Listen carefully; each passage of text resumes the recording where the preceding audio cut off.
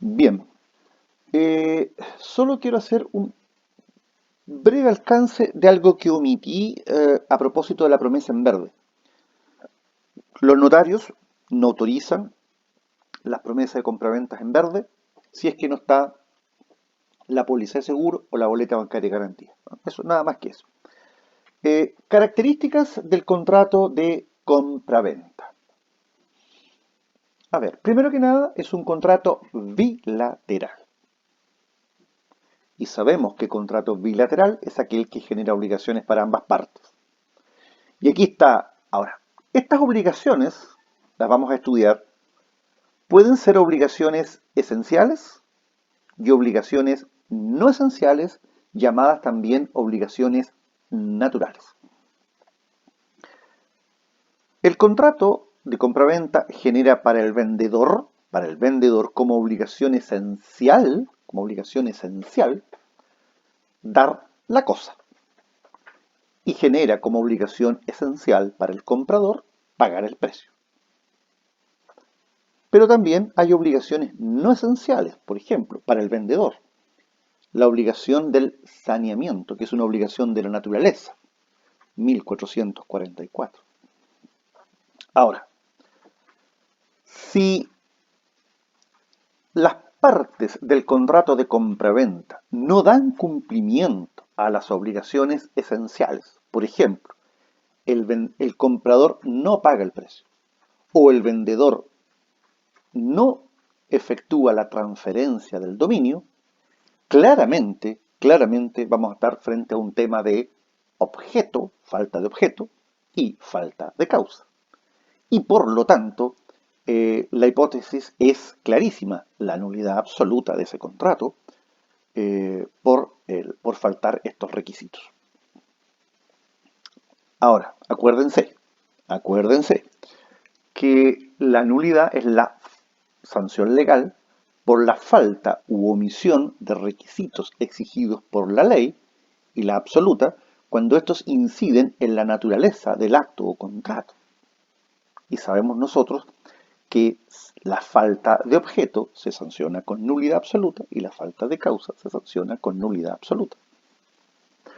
Ahora, como todo contrato bilateral, tiene a su respecto plena aplicabilidad el 1489, es decir, la llamada condición resolutora tácita, y que nosotros sabemos que es la resolución contractual. Contrato bilateral, incumplimiento imputable, sentencia judicial, y que quien acciona sea un contratante que ha cumplido este ya no cumplir. Y también se aplica a la compraventa el mecanismo reactivo de defensa de la excepción de contrato no cumplido. En los contratos bilaterales, ninguno de los contratantes está en mora si el otro contratante no ha cumplido a su vez su obligación o no está llano a cumplirla. Es un contrato oneroso porque persigue la utilidad de ambos contratantes, gravándose cada uno a beneficio del otro. 3. Es un contrato conmutativo, cada una de las partes se obliga a dar o hacer una cosa que se mira como equivalente a lo que la otra parte debe dar o hacer a su vez. Este no es un elemento esencial, sino que más bien es un elemento de la naturaleza de la compraventa, porque si nada se dice, la compraventa es conmutativa. Sin embargo, también puede ser aleatoria. Es un contrato principal porque subsiste por sí mismo sin la necesidad de otra convención. Por reglas generales consensual, ya que se perfecciona por el solo consentimiento de vendedor y comprador en la cosa y en el precio. Sin embargo, excepcionalmente vamos a ver que la compraventa es solemne. Constituye un título traslaticio de dominio. Y sabemos que títulos traslaticios de dominio son los que por su naturaleza sirven para transferirlo. Y también es un contrato a título singular, pues no puede venderse el patrimonio de una persona, por cuanto éste constituye un atributo de la personalidad. La única forma en que el patrimonio de una persona se traslade desde un punto de vista del dominio es a través de la transmisión hereditaria. Contrato de compraventa como acto jurídico. Recordemos, Los actos jurídicos son aquellas manifestaciones de voluntad encaminadas a producir efectos jurídicos, crear, modificar o extinguir derechos. Sabemos que los actos jurídicos requieren de la concurrencia de ciertos elementos esenciales de la naturaleza y accidentales, y además exigen los requisitos de existencia y validez, todos ellos estudiados algunos años atrás. Vamos en primer lugar con el consentimiento en el contrato de compraventa. Y aquí me interesa mucho conversar con ustedes lo siguiente. A ver, vamos a consentimiento en el contrato de compraventa. Quiero que por favor pensemos en dos situaciones. Las compraventas voluntarias y las compraventas forzadas, llamadas también aquellas que se realizan por el Ministerio de la Justicia. Típicamente las compraventas que se hacen en remate público a partir de un juicio ejecutivo. Veamos el consentimiento en el contrato de compraventa. El Código Civil, en el artículo 1801, sienta la regla sobre la materia y dice: la venta se reputa perfecta desde que las partes han convenido en la cosa y en el precio, salva las excepciones legales. Por lo tanto, el consentimiento es un elemento de la esencia del contrato de compraventa y al mismo tiempo un requisito de existencia. Elemento de la esencia, 1444, requisito de existencia, 1445.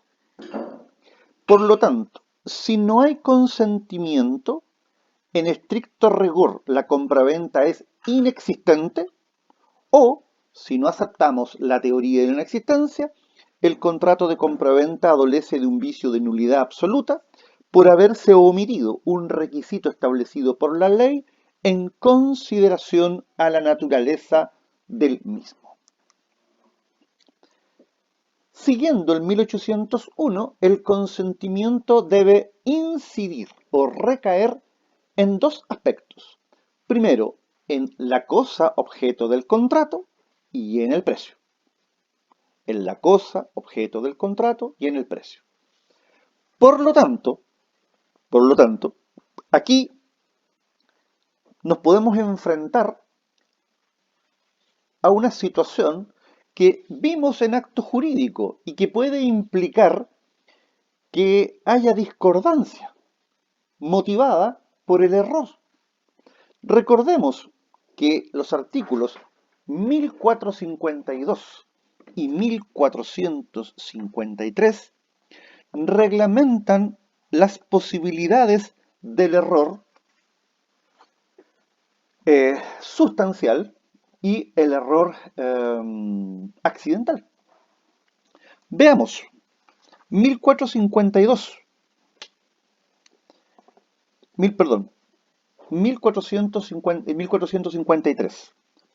El error de hecho vicia el consentimiento cuando recae sobre la especie de acto o contrato que se ejecuta o celebra. O, miren, sobre la identidad de la cosa específica de que se trata, como si en el contrato de venta el vendedor entendiese vender cierta cosa determinada y el comprador entendiese comprar otra. Por lo tanto, el consentimiento sobre la cosa objeto del contrato no puede estar afecto ni error esencial ni error sustancial del 1454. ¿Qué dice esta norma? El error de hecho vicia a sí mismo el consentimiento cuando la sustancia o calidad esencial del objeto sobre el que versa el acto o contrato es diversa de lo que se cree. Por lo tanto, el consentimiento debe incidir sobre la cosa objeto del contrato y a su respecto no debemos estar ni frente a un error esencial ni a un error sustancial. En segundo lugar, en segundo lugar, el consentimiento debe incidir o recaer en el precio. Por lo tanto, esto significa que el precio por el cual una parte entiende vender debe ser el mismo respecto de la cual la otra entiende comprar. O sea, si yo vendedor entiendo que estoy vendiendo en 10, el comprador debe entender que está pagando 10. Y por lo tanto aquí se requiere la fusión de la oferta y la aceptación sobre 10. Si esto no se produce, evidentemente no hay consentimiento y falta este elemento esencial de la compraventa. Y también, y esto ya es una conclusión, pero es de toda lógica, el consentimiento debe recaer sobre la venta, claramente. O sea, el vendedor debe entender que está vendiendo y el comprador debe entender que está comprando. Porque si mañana uno entiende vender y el otro no entiende vender, estamos ante una de las hipótesis de error esencial del 1453, cuando las partes discrepan de la naturaleza del acto contrato, cuando uno entiende vender y el otro entiende, por ejemplo, donación. Aquí me quiero detener un minuto en lo que les adelanté hace un rato, las llamadas ventas forzosas. Yo no sé si ustedes todos ya a esta altura han estudiado el procedimiento ejecutivo. Si no lo han hecho, bueno, esto lo van a examinar en su minuto en el procedimiento ejecutivo. Pero esto me parece que les va a servir más a quienes ya han egresado y están estudiando su examen de grado, porque va a permitir relacionar instituciones y relacionar asignaturas. Bueno, a ver, vámonos a una explicación previa.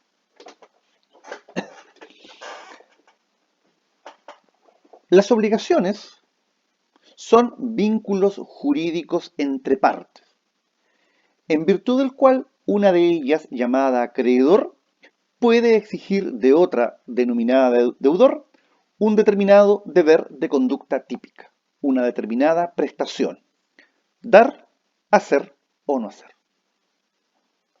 Sabemos que la regla general es que las obligaciones se cumplan, y se cumplan a través del modo de extinguir obligaciones denominado pago, la prestación de lo que se debe. Pero también sabemos, y sobre todo en épocas como las que estamos vivenciando, que hay muchas obligaciones que no se están cumpliendo, es decir, no se está pagando. Frente a la hipótesis del incumplimiento obligacional, nosotros también tenemos claro que la ley pone a disposición del acreedor un conjunto de herramientas que los doctrinadores modernos denominan remedios, encaminados a hacer efectiva la obligación. Y ahí están los llamados, ¿cierto?, remedios reactivos al incumplimiento. Por ejemplo, cumplimiento forzado, por ejemplo, la resolución de contrato, por ejemplo, la indemnización de perjuicio, por ejemplo, la excepción de contrato no cumplido. Porque también sabemos, y conjunto con esto, nosotros sabemos que la única forma de hacer efectivo las obligaciones es en el patrimonio del deudor. Pues no caben los apremios personales, pues el Pacto de San José de Costa Rica prohíbe la prisión por deudas. Por lo tanto, si el patrimonio del deudor tiene bienes, podremos ejercer nuestro derecho. Si el patrimonio del deudor no tiene bienes, nuestro derecho va a ser incobrable. Entonces, ¿qué ocurre cuando el deudor deja de cumplir? Y la obligación consta en un título ejecutivo, es decir, en algún antecedente al que la ley le reconoce este mérito. Bueno, en esos casos, el acreedor, ¿qué es lo que va a hacer? Va a embargar y una vez que procesalmente la situación esté en condiciones, va a instar por el remate. Si se trata de un bien mueble, Bueno, lo embargado tendrá que ser retirado con el auxilio de la fuerza pública si es necesario y puesto a disposición de un martillero público, quien lo vende en subasta al mejor postor. En cambio, si se trata de un bien raíz, será necesario tasarlo, será necesario presentar las bases del remate, será necesario publicar la fecha del remate y será necesario que se lleve a cabo el remate ante el juez. En último término, estas ventas forzadas, no hay ninguna duda, son compraventas, son compraventas, son compraventas. Lo que ocurre que son compraventas que presentan un doble carácter, ¿En qué sentido doble carácter? Son por un lado, actos que revisten la naturaleza civil y por otro lado la naturaleza procesal. Por eso entonces que estas compraventas tienen una característica especial. Son por un lado actos civiles y son por otro lado actos procesales. Y esto me interesa que lo tengamos claro a propósito de una eventual nulidad de las ventas forzadas. Porque el criterio general en esta materia es el siguiente. La omisión o irregularidad de los elementos o requisitos que deben rodear el acto como actuación procesal solo van a producir su nulidad procesal, de la que solo puede reclamarse por los medios y recursos in limine litis, es decir, mientras el juicio esté vigente. En cambio, si se han omitido o son irregularidades, los elementos más bien como tipo de contrato en este caso, desde un punto de vista civil, ellos van a ser sancionados conforme las reglas generales que ya hemos visto en cursos anteriores y estamos viendo ahora, con nulidad civil, de la que solo podrá reclamarse en juicio separado, evidentemente, independiente, por medio de una acción o excepción ordinaria. Entonces, no nos desviemos. Las compraventas forzadas son compraventas. Lo que ocurre es que participan de un doble carácter. Pero aquí lo interesante es que, y en materia de lo que estamos conversando, del consentimiento. ¿Quién otorga el consentimiento en las ventas forzadas? Y aquí se dice, mire, el consentimiento en las ventas forzadas eh, por el vendedor, que es el ejecutado, el deudor, lo expide el juez. El juez es el quien expide el consentimiento. Aquí yo quiero hacer sí una prevención y una sutileza.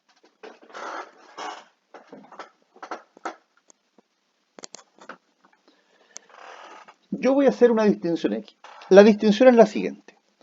Una cosa es la representación del deudor y otra cosa es el consentimiento del deudor.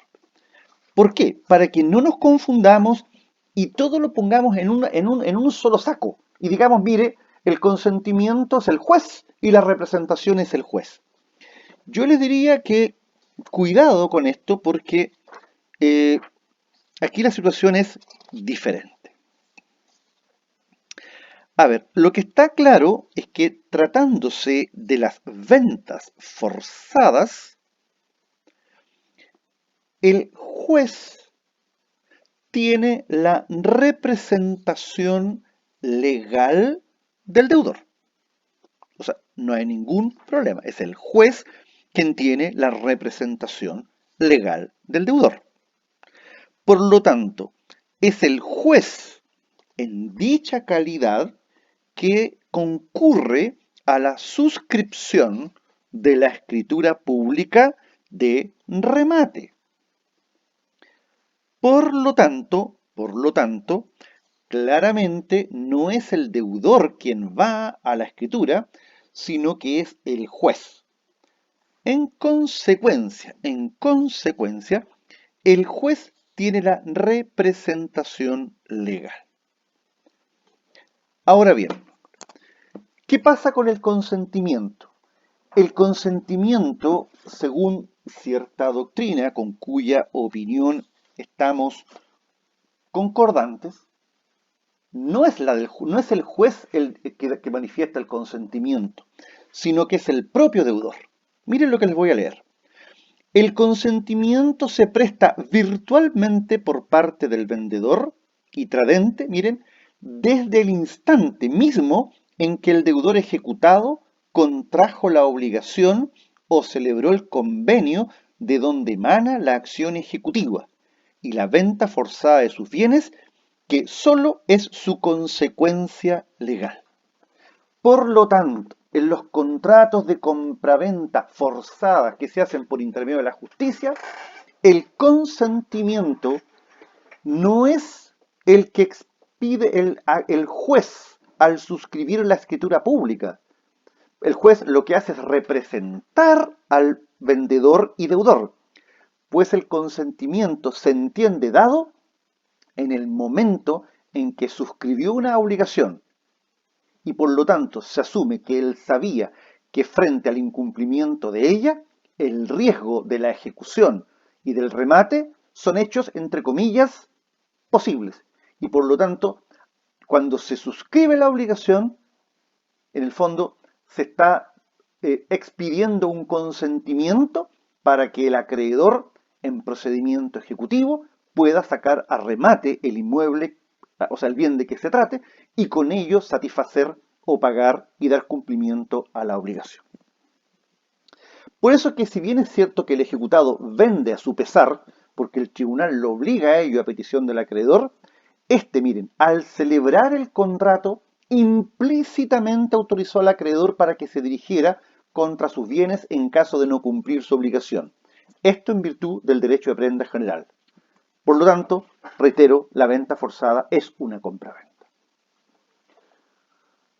Segundo requisito, segundo gran requisito de la compraventa. A ver, dijimos que el contrato es consensual. Sin embargo, excepcionalmente el contrato es solemne. Cuando decimos que el contrato es solemne, lo que estamos diciendo es que la voluntad, el consentimiento deben ir transmitidos, deben ir efectuados a través de un determinado requisito externo.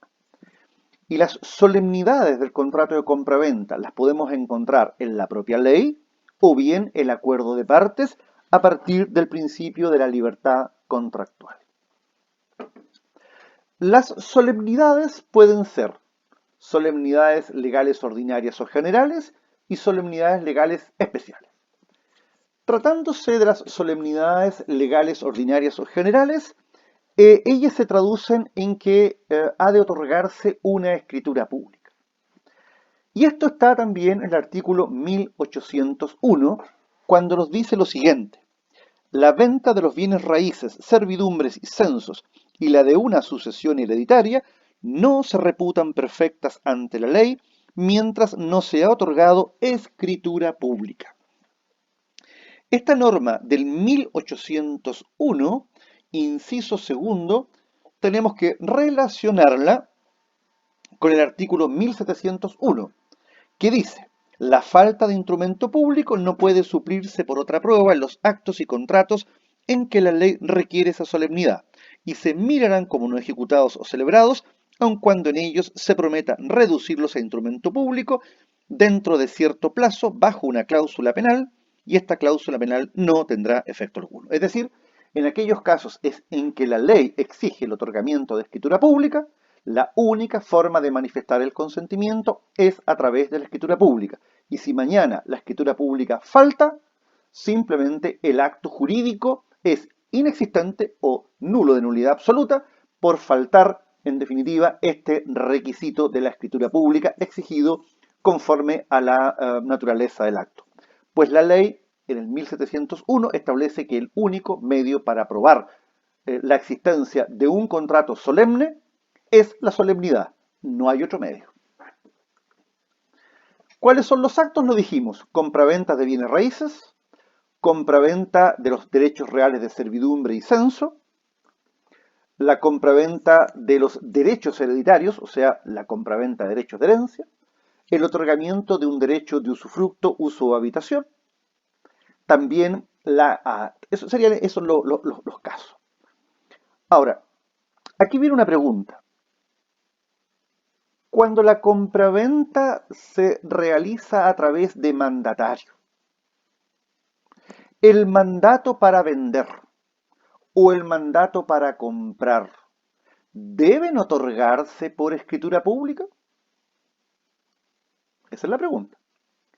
A ver, está claro que tratándose de la compraventa de bienes raíces, derechos de servidumbre y censo, sucesión hereditaria, usufructo, uso y habitación, es obligatorio, es imperativo el otorgamiento de una escritura pública. Pero ¿qué pasa si vamos a celebrar una compraventa y ésta se realiza por mandato?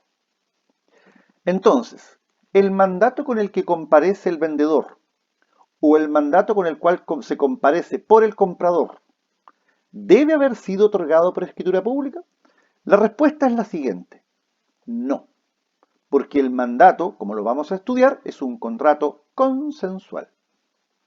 Y porque además, cuando la ley ha exigido la solemnidad de la escritura pública, lo ha dicho expresamente. Y nosotros sabemos que las solemnidades son de derecho estricto, es decir, solo cabe exigirlas en aquellos casos en que la ley lo requiere. No puedo extender las solemnidades más allá de la norma legal. Por ejemplo, el mandato para contraer matrimonio, ese exige la escritura pública. El mandato judicial exige escritura pública. Ahora, les aconsejo desde un punto de vista práctico, como lo dice la lámina, que ojalá los mandatos para vender y los mandatos para comprar sean otorgados por escritura pública. Yo les diría más que nada por un tema de práctica, usanza, costumbre.